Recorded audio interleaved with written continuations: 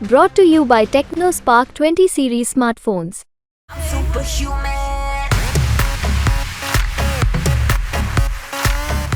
एक सवाल ये है कि प्रधानमंत्री के भाषण को लेकर के बड़े सवाल उठ रहे हैं कि प्रधानमंत्री ने जिस तरीके का भाषण किया कि महिलाओं के मंगलसूत्र तक कांग्रेस पहुंच जाएगी, वेल्थ रीडिस्ट्रीब्यूशन होगा। आपको लगता है कि ये भाषण प्रधानमंत्री ने जो दिया है वो ठीक है और कुछ इस तरह की बातें हैं?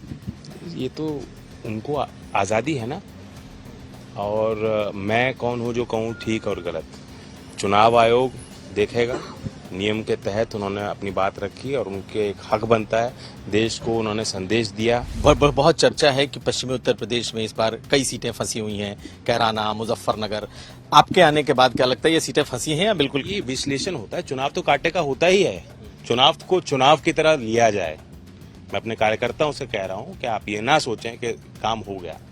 मतदान निकल के लोग करें, चुनाव को ढंग से लड़ें, मेहनत करें। हमारे साथ जयंत चौधरी हैं जिन्होंने अपना वोट कास्ट किया है अपनी पत्नी चारू के साथ और इस वक्त मथुरा में। स्वागत है जयंत जी।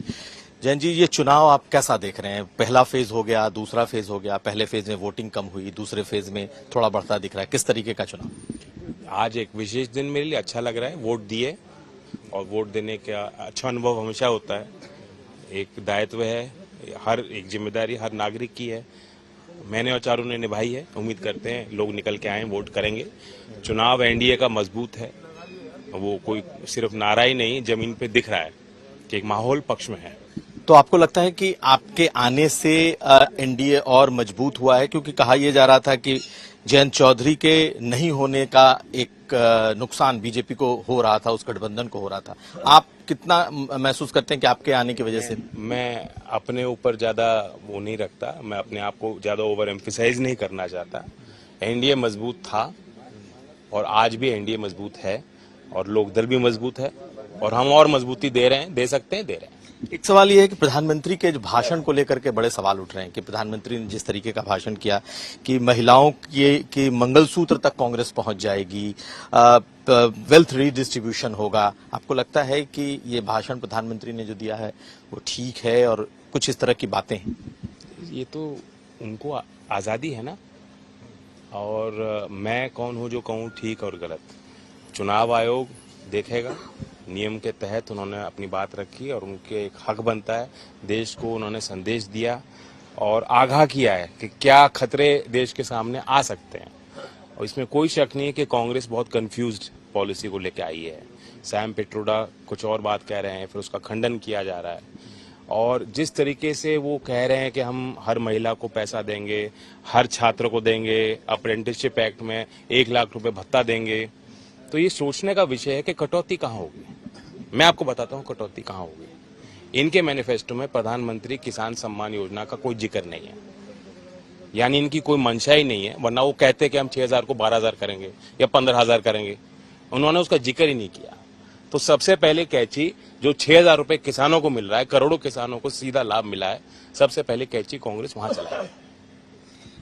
एक्सरे की बात आ रही है, जो राहुल गांधी के सबसे ज्यादा अगर किसी बात पर इस वक्त विवाद छिड़ा है तो उन्होंने कहा है, बार बार दोहराया है कि हम एक्सरे करेंगे। दूसरी बात यह है कि आपको लगता है कि जिस तरीके से प्रधानमंत्री ये मुद्दा उठा रहे हैं कि ओबीसी का आरक्षण छीन करके एक विशेष समुदाय को, खास करके अल्पसंख्यकों को दिया जा रहा है, क्या कहेंगे? देखिए, डेटा सरकार के पास होना चाहिए, इसमें कोई शक नहीं, लेकिन कास्ट सर्वे कहना आसान है, करना मुश्किल है। पहले भी जो हुआ था उसमें प्रॉब्लम्स आए, वो डेटा कभी पब्लिक में रिलीज नहीं किया गया।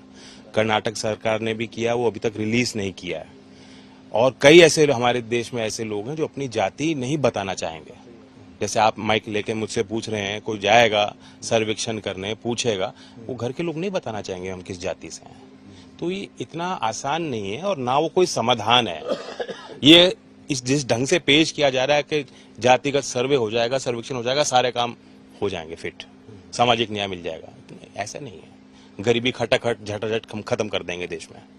ये सिंपलिस्टिक सोल्यूशन पेश किया जा रहा है। सर, आखिरी सवाल है आपसे कि बहुत चर्चा है कि पश्चिमी उत्तर प्रदेश में इस बार कई सीटें फंसी हुई हैं, कैराना, मुजफ्फरनगर। आपके आने के बाद क्या लगता है ये सीटें फंसी हैं या बिल्कुल? ये विश्लेषण होता है, चुनाव तो कांटे का होता ही है।